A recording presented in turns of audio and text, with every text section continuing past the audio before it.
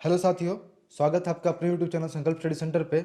जैसे कि आप सबको पता है, रेलवे ग्रुप डी के एग्ज़ाम में बस अब कुछ ही दिन बाकी हैं और ऐसे समय में ज़्यादा से ज़्यादा प्रीवियस और प्रैक्टिस सेट लगाना आपके लिए काफ़ी इंपॉर्टेंट साबित हो सकता है।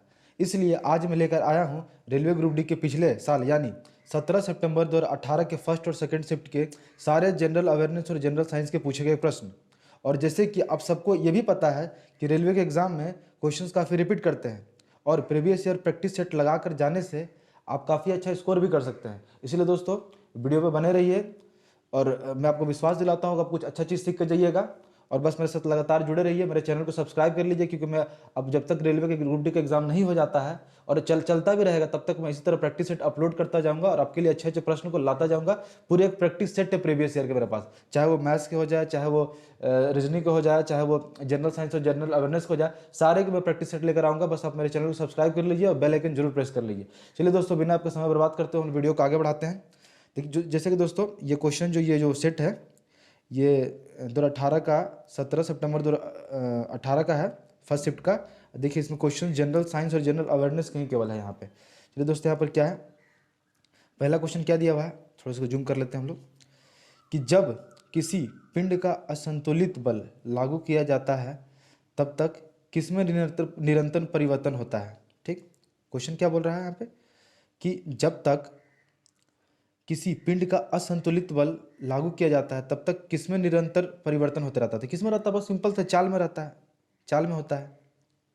आगे देखिए क्या है, ट्रैफिक को नियंत्रित करने के लिए रोबोट का उपयोग करने वाले भारत के पहले शहर का नाम क्या था। इंदौर। ठीक, ठीक है, देखा दोस्तों, आधुनिक आवर्त सारणी में कौन से समूह के तत्वों का बाहरी कोष पूर्ण वर्ग होता है। 18वें। ठीक, देखिए आधुनिक आवर्त सारणी क्या है, जो पीरियोडिक टेबल है, तो कौन से समूह के तत्वों का बाहरी कोष पूर्ण होता है। अब देखिए इनर्ट गैस जो होता है, अक्रिय गैस, उसका कक्षा क्या होता है, पूर्ण रूप से भरा होता है ना। सभी मतलब कि सभी जो सेल होते हैं, सभी जो कक्षाएं होते हैं अपना पूर्ण रूप से परिपूर्ण रूप से भरे होते हैं। इलेक्ट्रॉन सभी आउटर मोस्ट सेल में सफिशियंट इलेक्ट्रॉन रहते हैं। ठीक, इसलिए क्या होगा इसका 18वां ग्रुप। और 18वें ग्रुप में ही क्या आता है, इनर्ट गैस आता है। जैसे कि ये हो गया हीलियम, आपका नियोन हो गया, आपका ये आर्गन हो गया, क्रिप्टन, जेनॉन, ये सब दोस्तों क्या हो गया, ये सब किस ग्रुप में आता है, 18वें ग्रुप में आता है। मैं दोस्तों, अगर आप लोग कमेंट कीजिएगा तो मैं पीरियोडिक टेबल का भी एक अलग से वीडियो लेकर आऊँगा, लेकिन अभी नहीं, अभी टाइम ज़्यादा वेस्ट ना हो जाए, इसलिए हम लोग केवल क्वेश्चन को करेंगे। ठीक है दोस्तों, अगला क्वेश्चन क्या है कि किस वस्तु पर गुरुत्वाकर्षण का बल, एक मिनट दोस्तों, क्वेश्चन दिया हुआ है कि किस वस्तु पर गुरुत्वाकर्षण का बल किसके रूप में जाना जाता है। तो क्या हो जाएगा इसका आंसर, वजन।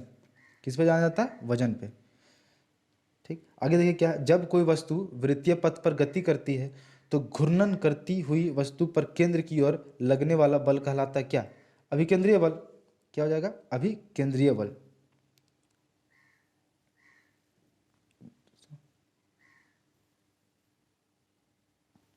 क्या हो जाएगा, अभिकेंद्रीय बल हो जाएगा। ठीक, अभिकेंद्रीय बल हो जाएगा। आगे बढ़िए, किस हिल स्टेशन को किस हिल स्टेशन को राजकुमारी के रूप में जाना जाता है। तो किस, बहुत इंपॉर्टेंट क्वेश्चन है दोस्तों, ऐसे क्वेश्चन एग्जाम में जनरली पूछ लेते हैं। तो किस हिल स्टेशन को राजकुमारी के रूप में जाना जाता है, तो कोरडा इकनाल। ठीक, कोरडा इकनाल, कोरडा इकनाल, कोरडा इकनाल, कोरडा इकनाल, इसको याद रख लीजिए। कोरडा इकनाल, जिसको हम लोग क्या करते हैं, किस नाम से जानते हैं, हिल स्टेशन को राजकुमारी, हिल स्टेशन को राजकुमारी के रूप में जाना जाता है। ठीक, तो कोरडा इकनाल। ठीक, आप लोग इसे गूगल में सर्च कर लीजिए कि किस स्टेट में है, मैं आपको बता देता, लेकिन अभी टाइम ज़्यादा वेस्ट ना हो जाए इसलिए मैं केवल क्वेश्चंस करा रहा हूँ, क्योंकि अभी आपको केवल क्वेश्चंस जानने हैं दोस्तों। ठीक, आगे देखिए, वॉशिंग सोडा में एक अणु में से कितने पानी के अणु मौजूद होते हैं। तो देखिए कितने मौजूद होते हैं, 10। कितने मौजूद होते हैं, 10। 10 मौजूद होते हैं। पौधों में लचीलापन किस ऊतक के कारण होता है। तो किस ऊतक के कारण होता है, कोलन काइमा। कोलन काइमा। अगर वही क्वेश्चन पूछ देता कि पौधे में कठोरता किसके कारण होता है, तो स्क्लेरन काइमा। क्या हो जाता, पौधों में कठोरता किसके कारण होता है, स्क्लेरन काइमा, SCLE, स्क्लेरन काइमा, CHYN। किसका किसके चलते होता है, स्क्लेरन काइमा के चलते होता है पौधों में कठोरता। और और एक इससे ये क्वेश्चन पूछ सकता है कि पौधे में कौन सा ऊतक भोजन को संचय कर रखता है। तो क्या हो जाएगा, पैरेन्काइमा। क्या हो जाएगा, पैरेन्काइमा। ये 3 चीज़ आप लोग याद रखिए, काफ़ी इंपॉर्टेंट है। आगे बढ़ते हैं हम लोग। निषेचित अंडा युग्मज किसमें प्रत्यारोपित होता है? तो किसमें होता है? गर्भाशय में होता है। ठीक, गर्भाशय में होता है। आगे देखिए क्या है कि किस अभिक्रिया में ऑक्सीजन हवा में मुक्त होती है? तो किसमें मुक्त होती है? प्रकाश संश्लेषण में। जैसे कि आपको पता है कि जब खाना पौधा जब खाना बनाता है सूर्य की रोशनी को लेकर, तो फिर क्या उत्सर्जित करता है? ऑक्सीजन उत्सर्जित करता है। तो वो ऑक्सीजन कौन लेते हैं? हम लोग उसको ग्रहण करते हैं ऑक्सीजन को। तो इसीलिए क्या होगा? प्रकाश संश्लेषण की क्रिया कौन करता है? पौधा करते हैं। तो प्रकाश संश्लेषण की क्रिया के दौरान कौन सा गैस निकलती है? तो ऑक्सीजन। ठीक, ठीक है दोस्तों, आगे बढ़ते हम लोग। देखिए और क्या है कि धातु ऑक्साइड, क्या क्वेश्चन दिया हुआ मेरा कि धातु ऑक्साइड और हाइड्रोजन का निर्माण करने के लिए कौन सी धातु वाष्प के साथ अभिक्रिया करती है? तो ये मोस्ट इंपोर्टेंट क्वेश्चन दोस्तों, अल्युमिनियम। ठीक, कि देखिए मेटल ऑक्साइड और हाइड्रोजन दोनों को बनाने के लिए हमको अल्युमिनियम को किसके साथ रिएक्शन करवाना पड़ेगा? वाष्प यानी कि वाटर के साथ रिएक्शन कराना पड़ेगा। इसको आप नोट कर लीजिएगा, धीरे धीरे आप नोट भी करते जाइए आप। ठीक, इसके पीडीएफ में डिस्क्रिप्शन में लिंक में डाल दूंगा, आप इसके आराम से इसका पीडीएफ भी ले सकते हैं, कोई दिक्कत नहीं है। तो चलिए आगे हम लोग बढ़ते हैं। कोई दिक्कत नहीं, आराम से पढ़िए, आराम से टेंशन फ्री होकर पढ़िए, आपका एग्जाम क्लियर हो जाएगा। बस पेशेंस के साथ वीडियो को देखते रहिए, वीडियो पे बने रहिए। I am sure that you will learn a very important thing. ठीक है दोस्तों, आगे बढ़ते हैं।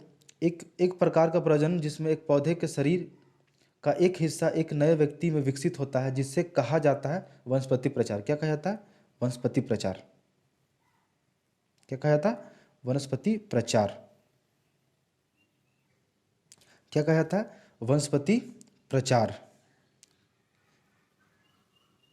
क्या कहा जाता है? वनस्पति प्रचार। ठीक, वनस्पति प्रचार। अब अगला क्वेश्चन क्या है कि कोई बल 1.0, ठीक, कोई बल 1.0 किलोग्राम पिंड की गति से 4 मीटर प्रति सेकंड से 8 मीटर प्रति सेकंड तक बढ़ा देता है, तो बल द्वारा किया गया कार्य क्या होगा? तो क्या होगा इसका? 24 जूल। मैं आपको थोड़ा सा दोस्तों यहाँ पर आपको समय लूंगा। 24 जूल कैसे आया मैं आपको ये बताना चाहूँगा कैसे हुआ यहाँ पर। तो देखिए यहाँ पर कैसे यहाँ पर आया 24 जूल। आपने ये पढ़ा होगा कि काइनेटिक गतिज ऊर्जा का जो फॉर्मूला होता है क्या होता है? काइनेटिक एनर्जी का फॉर्मूला क्या होता है? गतिज ऊर्जा जिसको हम हिंदी में बोलते हैं 1/2 mv²। क्या होता है? 1/2 mv², यही होता है ना। बस इस फॉर्मूला को यूज़ करके हमको इसका आंसर निकालना है। कैसे आंसर निकालना है देखिए यहाँ पर कैसे निकलेगा। देखिए क्या करना है यहाँ पे। देखिए जहाँ दोस्तों मुझे लगेगा जहाँ बताना चाहिए मैं वहाँ थोड़ा सा लेकर टाइम को लेकर मैं ज़रूर बताऊँगा वहाँ पे, इसलिए उतना घबराने वाली बात नहीं है। तो देखिए यहाँ पर क्या है, तो देखिए हम लोग यहाँ पर क्या है, देखिए यहाँ पर मेरा मास भी दिया हुआ है और वेलोसिटी भी दिया हुआ है। और काइनेटिक एनर्जी का जो फॉर्मूला था कि 1/2 इंटू मास इंटू वेलोसिटी, हमको इसमें तो वेलोसिटी ही चाहिए था ना, इसमें तो हमको वेग ही चाहिए था ना, वेग। वेलोसिटी मतलब क्या होता है? वेग। वेग तो यहाँ पर दिया हुआ है, कोई दिक्कत नहीं। गति, गति या फिर वेग वही चीज़ है। तो गति तो दिया हुआ है, तो बस हम कुछ नहीं करेंगे। देखिए यहाँ पर क्या होगा, फॉर्मूला लिखेंगे कि 1/2 m, ठीक, ठीक। उसके बाद देखिए एक लिखेंगे हम लोग v1 माइनस 1/2 m v2²। ठीक, ये हो गया। ठीक, ये यहाँ तक हो गया। अब देखिए इसमें क्या करना है, इसको दोस्तों आप लोग थोड़ा सा लिख लीजिएगा, ठीक ना, राइट। इसको क्या बोलते हैं, आप कॉपी में लिख लीजिएगा क्योंकि मुझे इसे मिटाना पड़ेगा थोड़ा सा, क्योंकि और आगे भी बताना है मुझे। देखिए जब इसको लिखने के बाद, ठीक, जब ये हो जाएगा तो इसमें देखिए m तो दोनों में है ना, m तो दोनों में, तो m यहाँ पर क्या हो जाएगा? कॉमन आ जाएगा। m क्या हो जाएगा? कॉमन आ जाएगा। तो जब यहाँ पर क्या बच जाएगा? केवल v1² माइनस v2², यही बचेगा ना, v2²। अब देखिए यहाँ पर v1 का वैल्यू कितना दिया हुआ? 8, और v2 का मान देखिए, बड़ा वाला को v1 मानना, ठीक है, छोटा वाला क्या? v2 का वैल्यू कितना दिया? 4। तो बस यहाँ पर वैल्यू पुट कर लेंगे, और m भी मेरा दिया ही हुआ है। तो देखिए कैसे हो जाएगा यहाँ पे, देखिए m का वैल्यू कितना दिया हुआ है? 1 किलोग्राम, ठीक, 1 मान लेते हैं, ब्रैकेट, ठीक। यहाँ दिया हुआ 8² माइनस 4², यही ना है, यही है 8² माइनस 4²। तो देखिए 8² कितना होता है? 64, 4² कितना होता है? 16, यही होता है। और यहाँ पर कितना है? यहाँ पर देखिए कितना हो जाएगा? 1 इंटू 1, 1/2, यहाँ पर 1/2 ही मेरा होगा, कोई दिक्कत नहीं है, 1/2 ही होगा, ठीक, 1/2। अब देखिए यहाँ पे 64 में से 16 जाएगा तो कितना बचेगा? बस सिंपल है, 64 में 16 जाएगा तो कितना बचेगा? 48, ठीक, 48 बचेगा ना।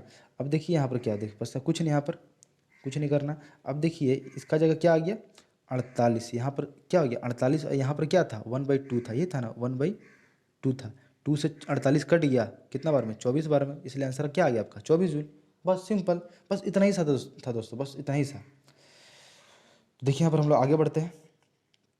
आगे देखिए क्या है यहाँ पे, अगला क्वेश्चन क्या है कि पृथ्वी का द्रव्यमान कितना है। मोस्ट इंपॉर्टेंट क्वेश्चन, इसको आप लोग रट्टा मार लीजिए। ठीक है, वैसे पृथ्वी का जो द्रव्यमान होता है जनरली यही होता है 5.923 इस टाइप समथिंग होता है, लेकिन इसको अप्रॉक्स में 6 × 10⁻24 मान लिया गया। ठीक, आप लोग इसी को याद कर रखिए कि 6 × 10⁻24, 6 × 10⁻24 इसका क्या हो जाएगा पृथ्वी का वेट होगा। क्वेश्चन जनरली ऐसे भी पूछ लेते हैं। ठीक है दोस्तों, पिछले बार का जो रेलवे का जो एग्ज़ाम हुआ था उससे पिछले वाले की तुलना में काफ़ी टफ था, थोड़ा सा लेवल थोड़ा सा अच्छा खासा लेवल दिया गया था। इसलिए दोस्तों आप लोग इसको बिल्कुल हल्के में इस एग्ज़ाम को नहीं लेना है, आराम से कंसिस्टेंट होकर और काफ़ी फोकस्ड होकर पढ़ाई करना है। और बस आप मेरे वीडियो बने रहिए, आई एम श्योर आप कुछ सीख के जाएंगे। ठीक, देखिए यहाँ पर क्या है कि कौन से देश की तटरेखा दुनिया की सबसे लंबी है, तो क्या है कनाडा। किसकी है, तो कनाडा की। देखिए कनाडा ही एक ऐसा देश है जो कि उत्तरी अमेरिका महाद्वीप का भाग है, जो कि इसकी तटरेखा, ठीक, जो बाउंड्री है सबसे लंबी है।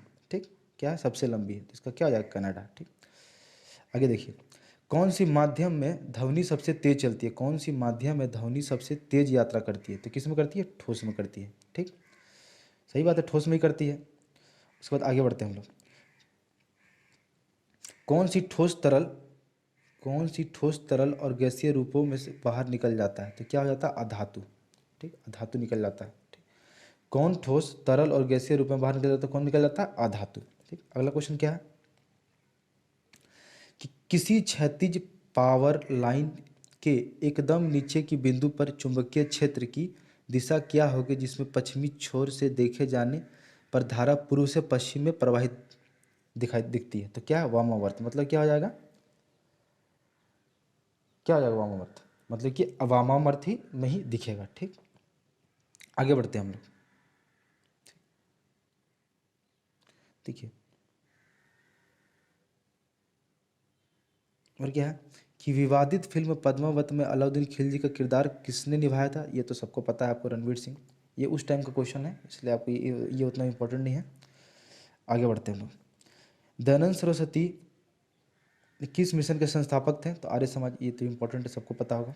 ठीक, आगे देखिए आगे क्या है कि सिनेमा के क्षेत्र में सर्वश्रेष्ठ प्रदर्शन के लिए प्रतिवर्ष एकेडमी अवार्ड ऑस्कर का आयोजन किस देश में किया जाता है, तो किस में किया जाता है यूएस में। मोस्ट इंपोर्टेंट क्वेश्चन है दोस्तों कि देखिए ऑस्कर का आयोजन कहाँ पे किया जाता है यूएसए में। ऑस्कर जो अवार्ड होता है फिल्म क्षेत्र में सबसे बड़ा जो एक अवार्ड्स होता है, जो पुरस्कार होता है, इसका आयोजन कहाँ पे किया जाता है यूएसए में किया जाता है। यूएसए का कैपिटल क्या है वाशिंगटन डीसी। ठीक, अब देखिए इसका वर्तमान राष्ट्रपति कौन है यूएसए के, तो जो बिडेन। वर्तमान में इसका राष्ट्रपति कौन है, जो बिडेन। आगे बढ़ते हैं हम लोग। देखिए क्वेश्चन यहाँ पे दिया है कि सॉरी दोस्तों, 7 वर्षीय युद्ध किन देशों के बीच लड़ा गया। मतलब क्वेश्चन बोल रहा है क्या कि 100 साल का युद्ध ना, बहुत इंपॉर्टेंट क्वेश्चन है, जनरली क्वेश्चन पूछता है इससे। और ये थोड़ा सा इंपॉर्टेंट भी इसलिए क्योंकि 100 साल तक युद्ध हुआ था 2 देशों के बीच में। वो कौन कौन से देश थे, इंग्लैंड और फ्रांस। क्या थे, इंग्लैंड और फ्रांस, याद रख लीजिएगा इंग्लैंड और फ्रांस। देखिए दोस्तों आप ऐसे ही अभी याद कर सकते हैं कि इंग्लैंड और फ्रांस दोनों में आपस में पड़ोसी है। ठीक, तो जनरली देखिए भारत पाकिस्तान में भी युद्ध छिड़ता रहता है, उस तरह आप ऐसे याद रख सकते हैं क्या कि इंग्लैंड और फ्रांस में। ठीक, इंग्लैंड और फ्रांस में क्या होता है 100 साल की युद्ध हुई थी। ठीक, इंग्लैंड और फ्रांस से आप याद रखिए कि इंग्लैंड का जो कैपिटल है वो क्या है लंदन, और फ्रांस का जो कैपिटल है वो है पेरिस। ठीक, इंग्लैंड का है क्या आपका, फ्रांस का यूरो है करेंसी, और इंग्लैंड का डॉलर है। ठीक, देखिए वह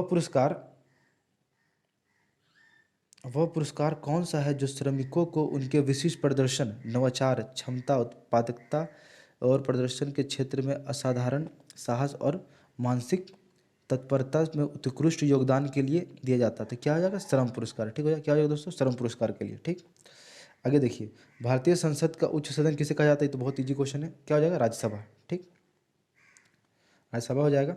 आगे देखिए आगे क्या है कि सत्यव्रत कादियान, ठीक, थोड़ा सा इसको हटा लेते हैं। सत्यव्रत कादियान किस खेल से संबंधित है, तो कुश्ती से संबंधित है। किससे संबंधित दोस्तों, कुश्ती से संबंधित है। ठीक, आगे बढ़ते हैं हम लोग। देखिए अब हम लोग ये सेट हम लोग का 1 का कंप्लीट हो चुका है, शिफ्ट 1 का कंप्लीट हो चुका है, जनरल साइंस और जनरल जीके का क्वेश्चन। अब हम लोग शिफ्ट 2 में जाते हैं। शिफ्ट 2 में आखिर कौन कौन से क्वेश्चन पूछे गए थे, रीजन सॉरी दोस्तों, जीके और जीएस के। ठीक, आगे देखते हैं यहाँ पर क्या है कि धातु किस गुण के कारण उनके पत्तर बनाने में आसानी होती है, मतलब कि फाइल, मतलब पतला फाइल बना देते हैं, पतला हम लोग उसको पतला चादर बना लेते हैं ना, तो किस गुण के कारण, तो आघात वर्धनीय मतलब मेलेबिलिटी के कारण। ठीक, आघात वर्धनीय मोस्ट इंपोर्टेंट क्वेश्चन है दोस्तों, आप इसको अंडरलाइन कर लीजिएगा, आप इसको कहीं लिख भी लीजिएगा कि क्या होता है, धातु के किस गुण के कारण, मोस्ट इंपॉर्टेंट है। ठीक, धातु के किस गुण के कारण वो उसको फाइल हम लोग पतला चादर बना लेते थे, किसके कारण बना लेते हैं, आघात वर्धनीयता के कारण, मतलब मेलेबिलिटी के कारण। ठीक, इसको इंग्लिश में बोलते हैं मेलेबिलिटी। ठीक है दोस्तों, आगे बढ़ते हैं कि गारो पहाड़ियाँ कहाँ स्थित है, तो कहाँ पे स्थित है, मेघालय में स्थित है। कहाँ पे स्थित है, गारो पहाड़ियाँ कहाँ स्थित है, मेघालय में। ठीक, आगे बढ़ते हैं हम लोग कि रक्त में शर्करा यानी कि शुगर के स्तर में वृद्धि का पता किस किस कोशिकाओं के द्वारा पता चलता है, तो अग्नाशय में एक बीटा कोशिका होता है, उसके थ्रू पता चलता है। क्या होता है, अग्नाशय में एक बीटा कोशिका होता है, उसका थ्रू हमको पता चलता है। अग्नाशय में भी किस कोशिका, बीटा कोशिका से। ठीक, हमको पता चलता है कि शुगर लेवल कितना बढ़ा हुआ है। ठीक, आगे बढ़ते हैं हम लोग, देखिए 1931 में भारत की नई राजधानी के रूप में नई दिल्ली का उद्घाटन करने वाले वायसराय का नाम क्या था, लॉर्ड इरविन। देखिए दोस्तों, यहाँ पर थोड़ा सा एक डाउट जनरली बच्चों को क्या रहता है कि भारत, कोई पूछता है अगर कि हाँ दिल्ली का राजधानी कब बना था, भारत में दिल्ली का राजधानी कब बना था, सॉरी दोस्तों माफ़ कीजिएगा, दिल्ली भारत की राजधानी कब बनी थी, तो जनरली सभी लड़कों को याद रहता है 1912 में, 1912 में।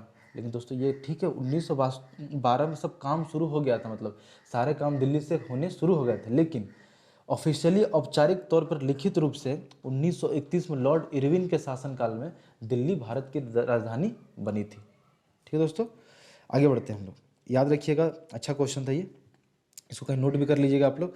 मैं तो ये बोलूँगा कि पेन कॉपी आप लीजिए और पेन कॉपी लिख कर आराम से इसको बैठ कर लिखिए, क्योंकि आपको दोस्तों मैं जो बता रहा हूँ काफ़ी आपके लिए इंपॉर्टेंट साबित होने वाला है एग्जाम के लिए, ग्रुप डी के लिए। अगर आपको क्लियर करना, अगर आप जरा से भी सीरियस हो एग्जाम के लिए, तो आप जरूर पेन कॉपी उठाइए, और पेन कॉपी के साथ जो आपको इंपॉर्टेंट लगे उसको, वैसे तो सारे ही क्वेश्चन इंपॉर्टेंट, लेकिन जो आपको मोस्ट इंपॉर्टेंट आपको लगे, मैं तो बता ही रहा हूँ कि कौन सा मोस्ट इंपॉर्टेंट क्वेश्चन है, लेकिन आपको जो मोस्ट इंपॉर्टेंट लगे आप उसको भी लिखते हुए जाइए। मैं जो बता रहा हूँ उसको तो लिखिए लिखिए लिखिए ही, साथ ही साथ जो आपको लग रहा है मोस्ट इंपॉर्टेंट क्वेश्चन कौन सा है उसको भी आप लिखते जाइए।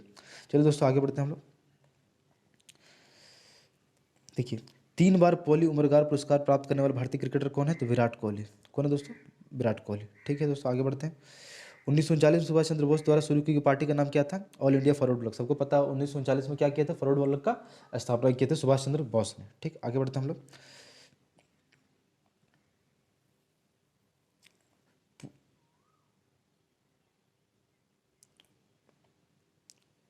क्वेश्चन क्या है कि पुस्तक a book a light, sorry दोस्तों एक मिनट, पुस्तक a book of light when a love one has a different mind के लेखक कौन है, तो जेरी पिंटो। इसको भी आप याद कर सकते हैं, शायद में भी पूछ दे, लेकिन ये देखिए आगे देखिए हम लोग बढ़ते हैं कि किस तत्व के समस्थानिक का द्रव्यमान 298 है, यदि इसके नाभिक में 189 न्यूट्रॉन है तो इसकी परमाणु संख्या कितनी होगी, तो 109। ठीक है दोस्तों, यहाँ पर आपको मैं कंसेप्ट एक चीज़ एक कंसेप्ट बताना चाहूँगा, थोड़ा सा मैं टाइम लूँगा यहाँ पे, बस आप लोग देखते रहिएगा, देखिए क्या होता है। देखिए एटॉमिक जो नंबर बोलता है ना, परमाणु संख्या, जो हम लोग बोलते हैं परमाणु संख्या क्या होता है, तो एक्चुअली वो देखिए दोस्तों, प्रोटोनों की संख्या को हम लोग परमाणु संख्या बोलते हैं। क्या बोलते हैं, प्रोटोनों की संख्या को, ठीक ना, प्रोटोन की संख्या, ठीक, संख्या को हम लोग क्या बोलते हैं, परमाणु संख्या, परमाणु संख्या बोलते हैं। ठीक, परमाणु संख्या बोलते हैं, जितना किसी परमाणु में प्रोटॉन होंगे परमाणु संख्या उसकी उतनी ही होगी। ठीक, अब देखिए इसमें कैसे यहाँ पर होगा, देखिए जो हम लोग का जो हम लोग बोलते हैं कि हाँ एटॉम का मास कितना है, द्रव्य कितना है, भार कितना है, तो कई किस चीज़ को बोलते हैं हम लोग, न्यूट्रॉन और प्रोटॉन के भार को। देखिए न्यूट्रॉन और प्रोटॉन के भार को, नंबर को मिला के हम लोग क्या उसको बोलते हैं, उसको भार व्यक्त करते हैं। ठीक, न्यूट्रॉन और प्रोटॉनों की संख्या को हम लोग मिलाकर क्या बोलते हैं कि वो एटम का भार है, मतलब कि परमाणु का भार है, द्रव्यमान है परमाणु का। ठीक, तो देखिए यहाँ पर क्या है, देखिए हम क्वेश्चन क्या देखिए, यदि किसी तत्व का समस्थानिक द्रव्यमान देखिए, अगर किसी तत्व का द्रव्यमान अगर 298 है तो इसके नाभिक में 189 न्यूट्रॉन है। देखिए क्या मैंने आपको बताया था कि number of neutron plus number of proton बराबर एटॉमिक मास, मतलब प्रोटॉन की संख्या प्लस न्यूट्रॉन की संख्या बराबर परमाणु का भार होगा। ठीक, इसको आप लिख लीजिएगा जो मैं बोल रहा हूँ। उसी तरह तो देखिए यहाँ पर क्या दोस्तों, कि देखिए यहाँ पर क्या भार कितना दिया हुआ है।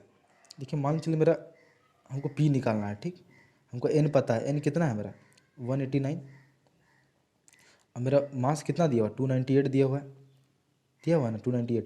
हमको पी निकालने के क्या करना पड़ेगा, 189 को उधर ले जाकर घटाना पड़ेगा, तो पी बराबर क्या हो जाएगा 298 माइनस 189 इज इक्वल टू 109। क्या हो जाएगा, इज इक्वल टू 109, जो कि आंसर में दिया भी हुआ, आप देख सकते हैं दिया भी हुआ है। इसलिए दोस्तों इसका आंसर क्या हो जाएगा 109। ठीक, घटाने की जरूरत नहीं है। आगे बढ़ते हैं। यहाँ पर एक बहुत अच्छा क्वेश्चन है कि बॉम्बे स्टॉक एक्सचेंज BSE किस वर्ष स्थापित किया गया था 1875 में। देखिए दोस्तों ये सबसे पुराना स्टॉक एक्सचेंज है। बहुत मोस्ट इंपोर्टेंट क्वेश्चन है, मैं डबल स्टार लगा देता हूँ यहाँ पे कि BSE क्वेश्चन पूछ सकता है कि BSE का स्थापना कब हुआ था, तो 1875 में। एक होता है BSE, एक होता है NSE। NSE कब हुआ था 1992 में। 1992 में किसका हुआ था, NSE का। ठीक, NSE क्या हुआ था 1992 में हुआ था। ठीक, आगे बढ़ते हैं हम लोग। उस लवण का उदाहरण कौन सा है जिसके जलीय विलयन का pH मान 7 से कम होता है। ठीक, तो क्या होता है अमोनियम क्लोराइड। देखिए इसका क्या होता है कि जलीय जो विलयन होता है, जो जल में इसको जब अमोनियम क्लोराइड को डालते हैं हम लोग, अमोनियम क्लोराइड को अगर हम लोग जल में मिश्रित करते हैं तो उसका pH क्या होता है 7 से कम हो जाता है। यानी कि क्या होता है वो एसिडिक नेचर का हो जाता है। किस नेचर का हो जाता है, एसिडिक नेचर का हो जाता है, मतलब कि अम्लीय नेचर का हो जाता है। ठीक, आगे बढ़ते हैं हम लोग। देखिए अगला क्वेश्चन क्या है कि राम सेतु कहाँ पर स्थित है, तो बस पाक जलडमरूद में है। देखिए पाक जलडमरूद क्या है, देखिए यहाँ पर पाक जलडमरूद क्या है, यहाँ पर सपोज मान के लिए ये भारत है हम लोग का, ठीक, ये श्रीलंका है। ठीक, तो ये जो है ना, ये जो एरिया, इसी को बोलते हैं हम लोग पाक जलडमरूद। ठीक, यहाँ जो जो पानी का जो देखिए इधर से सब पानी है पूरा पानी है, ये तो अपना श्रीलंका है। तो इस जो एरिया को बोलते हैं हम लोग पाक जलडमरूद। क्या बोलते हैं, पाक जल। यहाँ पर देखिए दो पृथ्वी क्या, जो धरती है, जो धरती के हिस्सा अलग हो रहे हैं ना, जो दो स्थल हिस्सा अलग हो रहे हैं। ठीक, दो स्थल हिस्सा यहाँ से अलग हो रहे हैं और यहाँ पर क्या, इसलिए इसको क्या बोलेंगे जलडमरूद, पाक जलडमरूद। इसका क्या नाम है, पाक जलडमरूद।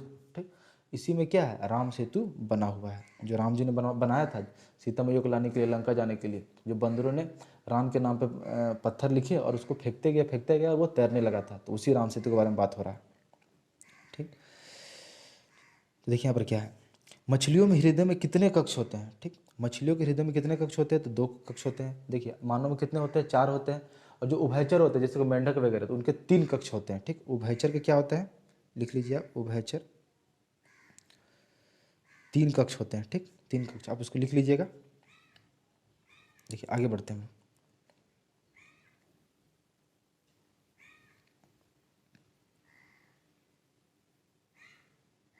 यहाँ पे कि एक व्यक्ति 2 सेकंड में 1000 जूल काम कर सकता है, तो उसके द्वारा खर्च की गई ऊर्जा कितनी है। ठीक, आप लोग दोस्तों पढ़े होंगे, एक फॉर्मूला है कि P इक्वल टू, नहीं दोस्तों ये नहीं है, सॉरी,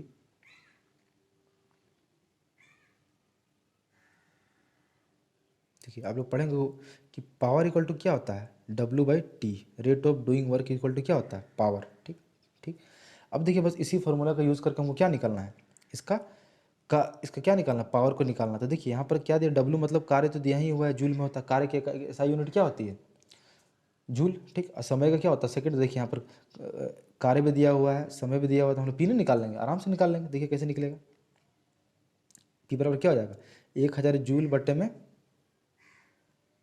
2 सेकंड, मतलब कितना हो जाएगा 500 आ गया आंसर। देखिए इस आंसर क्या है 500 वाट है ना। देखिए अब पावर का SI यूनिट क्या होता है वाट, इसलिए इसका आंसर क्या हो जाएगा 500 वाट। ठीक, आगे बढ़ते हैं हम लोग।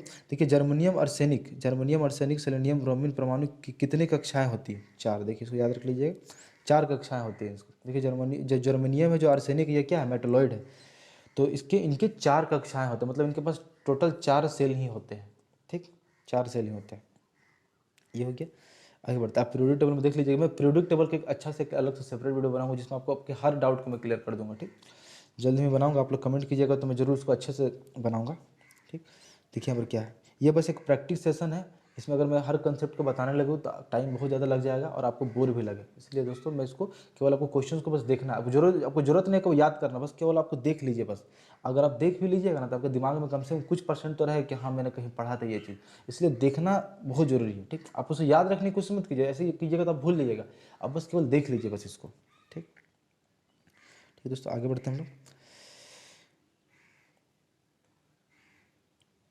देखिए यहाँ पर क्या है कि कॉन्स्टेंटीन कौन सी धातु को मिश्रित करके बनाया जाता है। कॉन्स्टेंटीन, तो इसको याद रख लिया, कॉन्स्टेंटीन किस धातु को मिश्रित करके बनाया जाता है, तो कॉपर और निकल। इसको ऐसे याद रख लीजिए, को से होता है कॉपर, ठीक, अन्नी से होता है निकल। तो कोनी कोनी देखिए, कॉन्स्टेंटीन कोनी, इसमें भी कोनी का साउंड आ रहा है, यहाँ कोनी भी है, तो कोनी क्या हो जाएगा, कॉपर और निकल। ठीक, कॉपर और निकल, कॉन्स्टेंटीन। ठीक, आगे देखिए, कॉन्स्टेंटीन जैसे क्या हो जाएगा, कॉपर और निकल।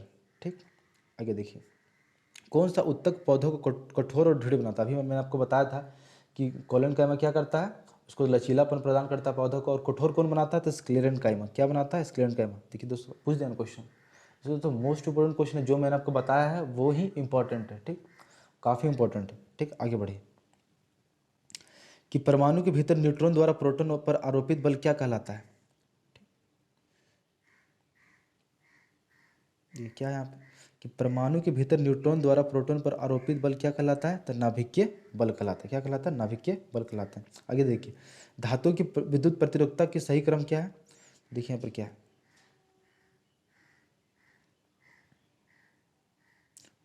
देखिए Hg निकल, देखिए W मतलब टंगस्टन होता है और Ag मतलब सिल्वर होता है। मतलब देखिए सबसे ज़्यादा क्या होगा, सबसे ज़्यादा प्रतिरोधकता Hg मतलब मरकरी में होगा, फिर निकल में होगा, फिर टंगस्टन में होगा, और फिर सिल्वर में होगा। देखिए सिल्वर में सबसे कम रेजिस्टेंस, तभी दोस्तों उसमें ज़्यादा विद्युत का अच्छा सुचालक होता है।